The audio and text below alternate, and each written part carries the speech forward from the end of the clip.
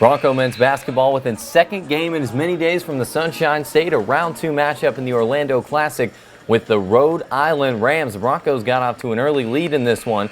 After a Rhode Island run, it's Brandon Clark with the jump stop middle, and he hits the shot to make it a 1-point game in favor of Rhode Island. Then it's Jared Brownridge taking the handoff from Matt Hubbard, who sets up for the pick and pop, but after a few Bronco misses, Hubbard crashes in for the one-handed tip-in. Then on the other end, Brownridge at the top of the key gets the steal and goes coast to coast to keep it a one-possession game. Next offensive possession for the Broncos, Denzel Johnson driving right. He'll hit the shot off the glass to tie the contest up at 14 apiece. And it's Brandon Clark, one of Santa Clara's 6 first-half assists. He floats one in for the back-cutting Jarvis Pugh, who completes the play by finishing with his left hand. Good leap from Pugh. And the Broncos breaking down the defense on a crossover from Kai Healy. Splits a couple defenders. Denzel Johnson in the corner. Quick hitter to Evan Wardlow for the open three-pointer. The Broncos shooting first-half threes at a 66% clip through 2 games here in Florida. Here's Denzel Johnson working it around the perimeter, finds Matt Hubbard underneath for the lay-in. Hubbard a perfect 3 for 3 in the first half.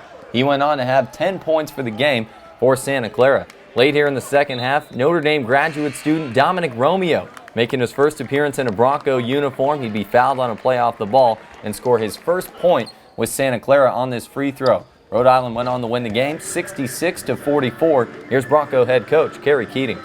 We're having a hard time scoring in the second half of a lot of games, if not the beginning of games, and a lot of it's related to our defensive effort and obviously how it translates into offense, and that's something a young team's going to take their lumps and learn. And fortunately for us, I say fortunately because I think it's better for us to learn against competition that's of postseason caliber as we face so far this year in November.